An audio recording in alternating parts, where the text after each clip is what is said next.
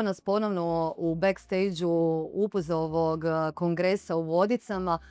Zaista UPUZ sa svojim kongresom i sadržanim programom predstavlja svjetionik novih trendova i politika u hrvatskom zdravstvenom sustavu i upravo je glavni i odgovorni, ja bih rekla, što smo danas ovdje sa nama, magistar Dražen Jurković, direktor Udruge poslodavaca u zdravstvu. Dražene, tvoj jedan ovako cjeloviti pregled, jako puno kvalitetnih tema, puno izazova, ali i puno vizija i misija koje smo čuli od različitih resora zdravstva. Dobro, mislim, UPUZ je inače svjetionik u hrvatskom zdravstvu, ne samo na kongresu. Bravo. Dobro, prije svega hvala ti ovdje na privedi, da malo oko toga razgovaramo. Naime, mislim da je kongres otvorio cijeli niz tema, cijeli niz aktualnih tema, naravno od onih naših koje su neke naše organske teme, kao što je poslovanje zdravstvenog sustava, uvjeti poslovanja u sljedećoj godini. Pa imali smo onda u konačnici prigode čuti nešto o javno-privatnom radu liječnika i ne samo nešto, nego smo imali jedan vrlo kvalitetan okrugli stol. Mislim da je to tema koja je danas, reću, među sigurno prve tri aktualne teme u zdravstvu. Evo, to se potvrdilo i na konferenciji za tisak sa ministricom. Dakle, uglavnom gro pitanja je bio oko toga, pa odnos javnog i privatnog u zdravstvu gdje se u javnosti, da tako kažem, lome mnoga koplja oko toga gdje je pozicija privatnog sustava, što je javni sustav, što može javni sustav u nekoj kombinaciji sa privatnim, što ne može i tako dalje, koji su kriteriji ugovaranja i to razgovarali smo malo o tim temama. Pa evo danas imali smo 3 ministra, što je jedan od najbolje posjećenih kongresa u tom segmentu UPUZ-a. Nije prvi put da smo imali 3 ministra, ali smo imali prvi put 3 domaća ministra.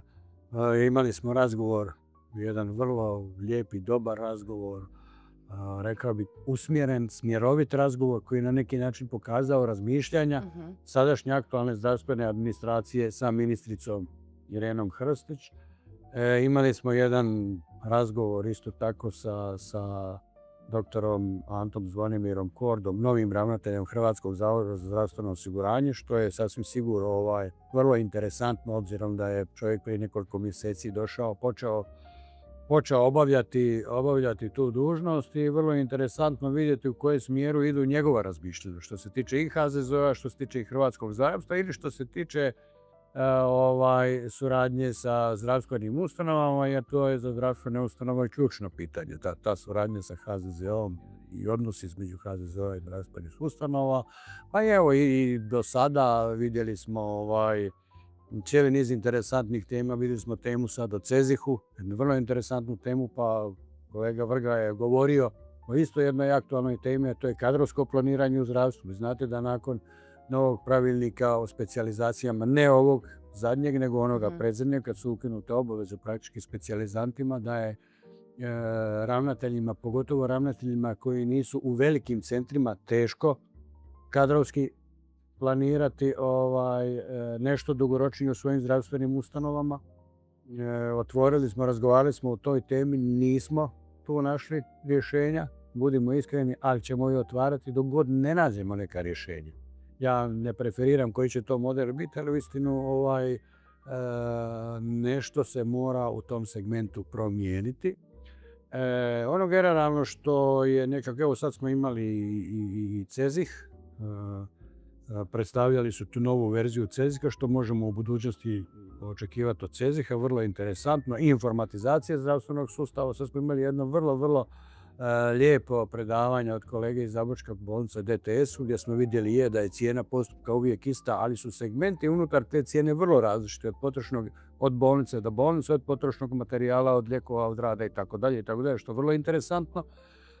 No, isto tako bilo, imat ćemo sad i malo razgovora o tim zaštiti stranaca zdravstvenih ustanova i na kraju evo završit ćemo sa tom umjetnom inteligencijom u zdravstvu, dakle temom koja je vrlo aktualna. Dakle, govorili smo cijeli niz tema, razgovarali smo, vjerujem da smo nešto malo nakon ovoga kongresa, nakon ona 2 dana pametniji ili da ćemo biti pametniji, a u konačnici zdravstveni sustav je uvijek u nekoj transformaciji, nikad revoluciji, ali evo, očekujemo na neki način da i ovo je jedan mali segment, jedan mali korak, jedna mala ta pazlica u nizu tog spektra zdravstvenog sustava i kvalitetnijeg zdravstvenog sustava u Republici Hrvatskoj.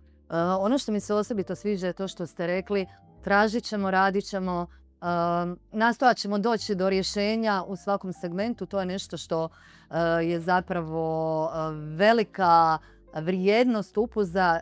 Vi ovo radite, ovakav način okupljanja, 129. put. Dakle, to su desetljeća iskustva Udruge poslodavaca u zdravstvu. U nekim stvarima ste, ja bih rekla, i ukorak sa globalnim trendovima. Znate da je prioritet vlade i premijera ući u OECD, a upravo OECD zagovara vještine upravljanja u javnim ustanovama poput onih u korporacijama. Dakle, da zaista imamo zdravstvene menadžere koji su educirani, koji su kompetentni upravljati kadrom, novim tehnologijama i sl. UPUZ zaista služi da bismo danas diljem svih zdravstvenih ustanova imali i kompetentan upravljački kadar kako bismo sve te trendove, politike koje dolaze suvereno upravljali na dobrobit sustava i naših pacijenata. Dakle, koja je vrijednost zapravo vas i u izgradnji modernog zdravstvenog menadžmenta? Danas bez dobrog menadžmenta nema nikakvog napretka. Pa ja bih rekao da je UPUZ možda jedina zdravstvena institucija koja je kontinuirano u vremenu 65 godina evaluirala. Za one koji ne znaju, dakle, UPUZ datira još od 1962. A u novijoj Hrvatskoj je reosnivačka, da tako kažem, skupština bila 1996. Dakle, 23.4. UPUZ je Udruga poslodavaca u zdravstvu Hrvatske. Ono što je HUP u gospodarstvu, to je UPUZ u zdravstvu.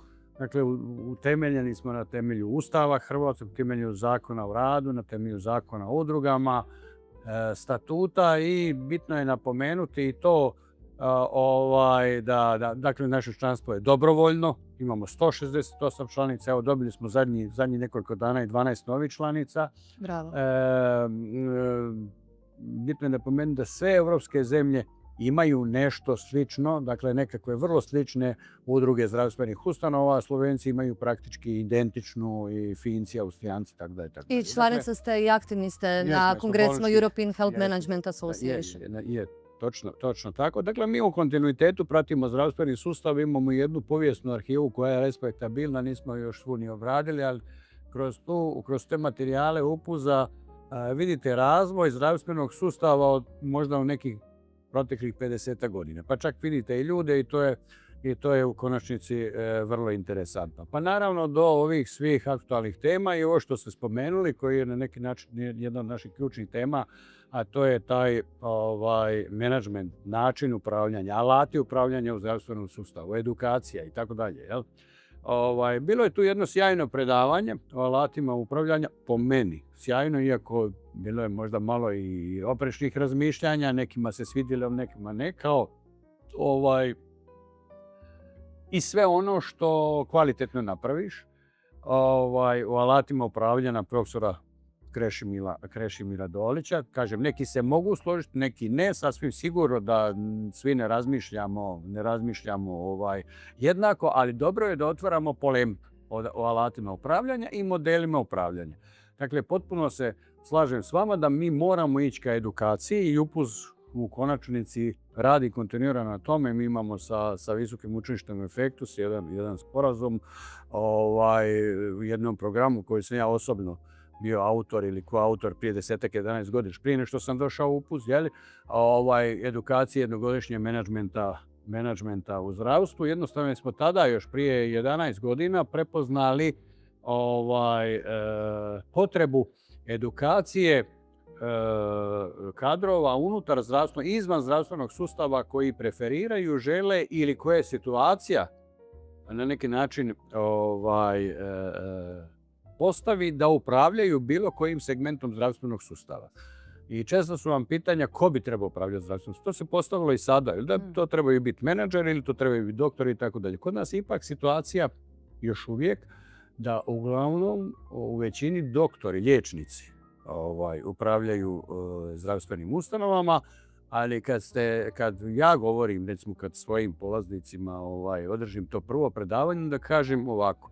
Dakle, zdravstvenim sustavom mora upravljati liječnik, ali liječnik mora imati i elementarna znanja iz poslovnih procesa. Znači, on mora poznavati neke elemente porezne politike, ekonomije, mora poznavati organske zakone, pravni sustav i tako dalje, jer pretpostavljamo da liječnici poznaju neke poslovne procese unutar zdravstvenog sustava. Ako govorimo o ekonomistima, isto tako. Znate, zdravstveni sustav je vrlo različit od gospodarstva.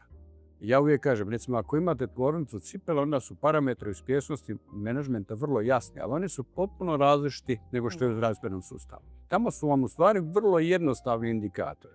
Jesi proizveo više, jesi prodao više, jer imaš veći profit i tako dalje.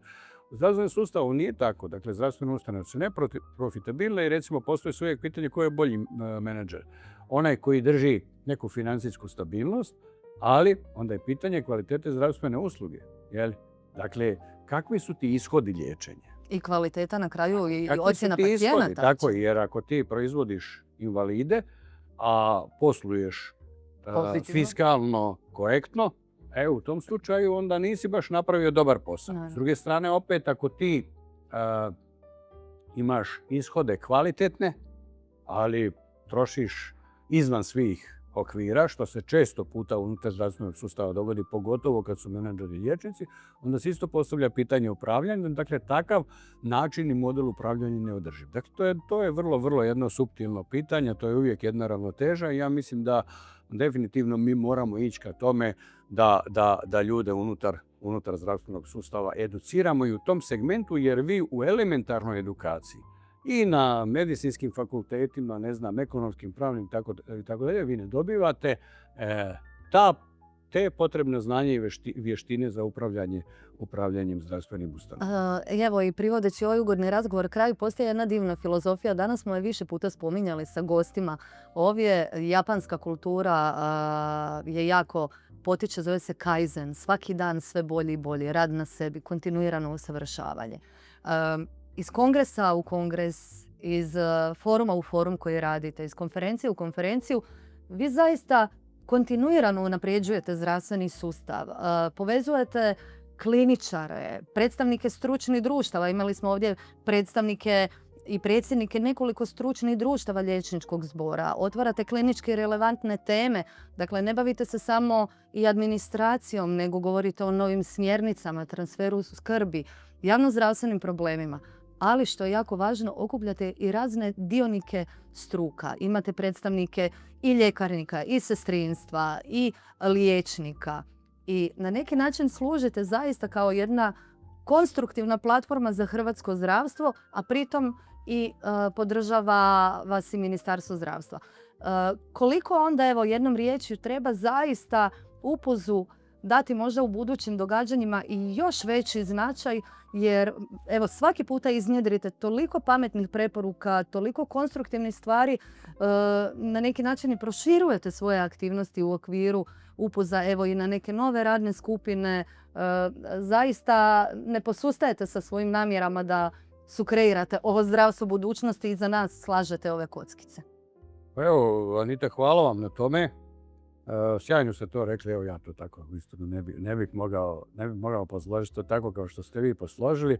Da li UPUZ-u treba dati njihovu drugu još konotaciju ili ne treba, ja to uistinu ne znam, ali ono što znam je da ćemo mi sasvim sigurno nastaviti raditi ovako. Dakle, ja uvijek govorim, mi smo opinion makeri, mi nismo decision makeri, dakle mi možemo otvoriti problem, mi možemo i predložiti neko rješenje i tako dalje i tako dalje. Da li će to biti prihvaćeno ili ne, mi nemamo tu odgovornost i ne želimo i ne možemo prihvaćati tu odgovornost na sebe. Ali sasvim sigurno da mi moramo obrađivati sve podatke, da mi moramo valorizirati cijelu tu priču, da moramo nuditi rješenja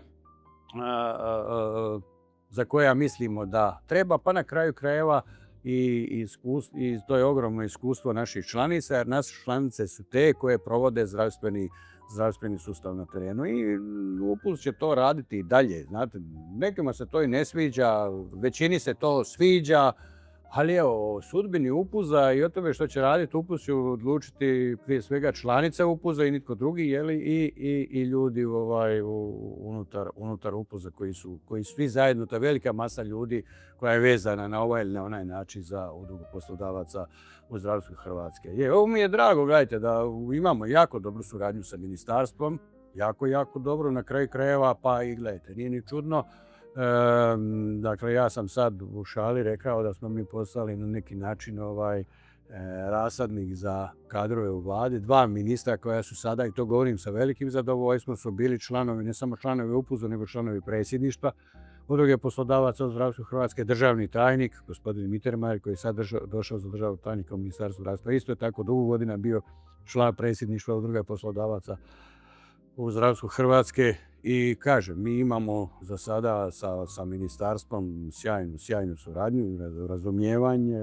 Imali smo i sa prošlim ministrom, da se razumijemo, i sa nekim bivšim garniturama, s nekima manje, ali evo ja otkad sam ovdje, ovih 10 godina brzo je prošlo, sa svim ministrima koji su bili, mislim da počev od ministra Varge, pa preko ministra Kujundžića, pa i ministra Beroša, i sada da smo na ovaj ili na onaj način sad sigurno bi postizali neka zajednička rješenja i imali smo jako dobru komunikaciju. Mogu reći da je bilo to obostrano na neki način uvažavanja. Neke stvari, neke ideje smo uspjeli, neke ideje nismo uspjeli, kao što to svagdje ide, više nismo nego jesmo, ali nešto smo, dosta stvari i pogotovo kad se radila ona reforma, prošla smo i napravili. Jeli. Ali svakodnevno radimo te sitne stvari, formuliramo te stavove naših članica, zastupamo te stavove, zastupamo te ideje, govorimo o tome, tražimo i kod HZZO-a poboljšanje uvjeta poslovanja, i kod ministarstva sudjelujemo, evo sad ja mislim 12, 18 stručnih radnih skupina. Mi smo i članovi pregovaračkog odbora vlade za kolektivni ugovor. Dakle, imamo cijeli niz aktivnosti, je vrlo malo ljudi i ljudi nam često znaju svaki dan ostajati 5, 6, 7 sati navečer, ali evo za sada uspijevamo, imamo neke mlade snage, imamo i sjajno predsjedništvo, imamo članice, kažem 168 članica, to je ogromno iskustvo sa terena, informacije sa terena koje dobivamo, i evo jedno što mogu reći sada, da u stvari ćemo na neki način na tome tragu raditi dalje. U moru vaših aktivnosti, kroz desetljeća vizije i rada i svega, na neki način bi voljela vas staviti u onaj kontekst izreke bolje je upaliti svijeću nego li proklinjati mrak.